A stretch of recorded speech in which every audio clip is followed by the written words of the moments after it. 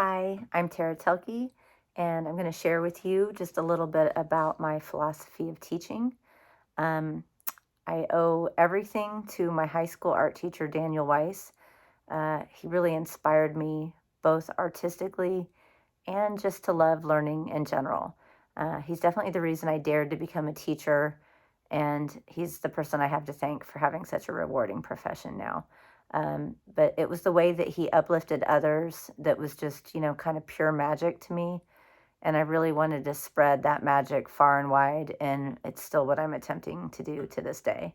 Now, despite having a phenomenal mentor, when I first started teaching, it was pretty much a disaster. And, there's teachers at the school right now that were witness to some of my blunders at the middle school level. Um, but fortunately, I did not give up. I was still kind of determined to spread that magic. And I just sort of re examined all my childhood heroes. I watched all the successful teachers around me closely. Um, and I still do that to this day. I mean, I observe all the good ideas happening in the building, and whenever I can, I incorporate other people's great ideas into my practice. And, I still encounter challenges, I still make mistakes, but, I think that's part of what keeps the profession sort of alive and fresh for all of us. Now, teaching through art is the fun part. I have a great discipline. Letting students just create something from scratch is automatically challenging and rewarding at the same time. Students have to think real critically about their choices to construct something, to revise it, to enhance it. They get to play with all sorts of fun materials in my class. I try to expose them to as many concepts and materials and processes as possible, just to really encourage flexible thinking and problem solving skills. One of the best things about art is that it really allows a safe space for failure in a way other disciplines or even other aspects of our life can't. So for instance, when a student's drawing a person and it's not going too well, it can be frustrating, but it can also be kind of hilarious. And often the happiest moments, the biggest outbursts of laughter in my room come from an art project going terribly wrong. And I really encourage them to, enjoy the struggle, and just to know that that's just a reflection of one attempt and not of their full potential. And, failure's just kind of a regular and essential part of sustained success.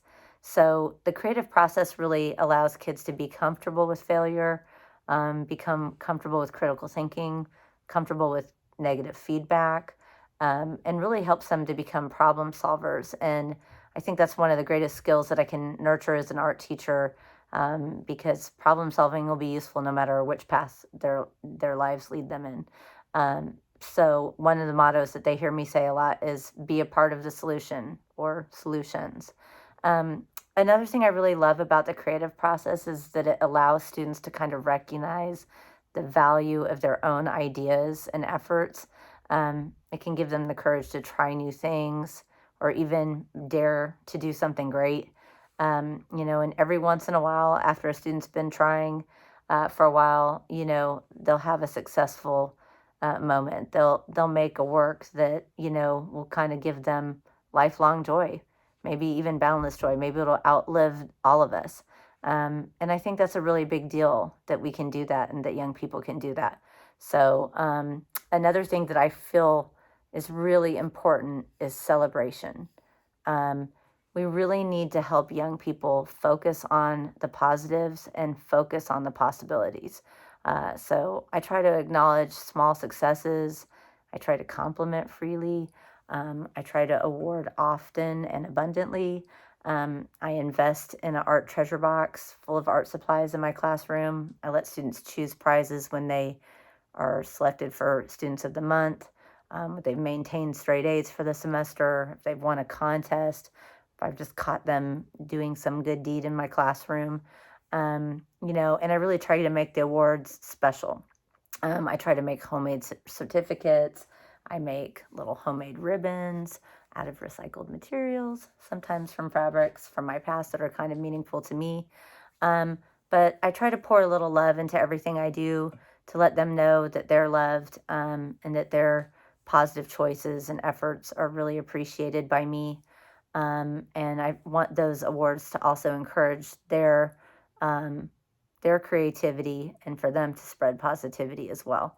Through art, I've really learned that there's just so many ways we can all be beautiful, so many ways we can make beautiful things, so many ways we can make meaningful things. There's so many ways that we can be positive. But I think it's really, really important that we celebrate that beauty and that positivity. So thank you for celebrating my small successes. I do really appreciate you acknowledging my efforts, and especially from such esteemed colleagues. Thank you.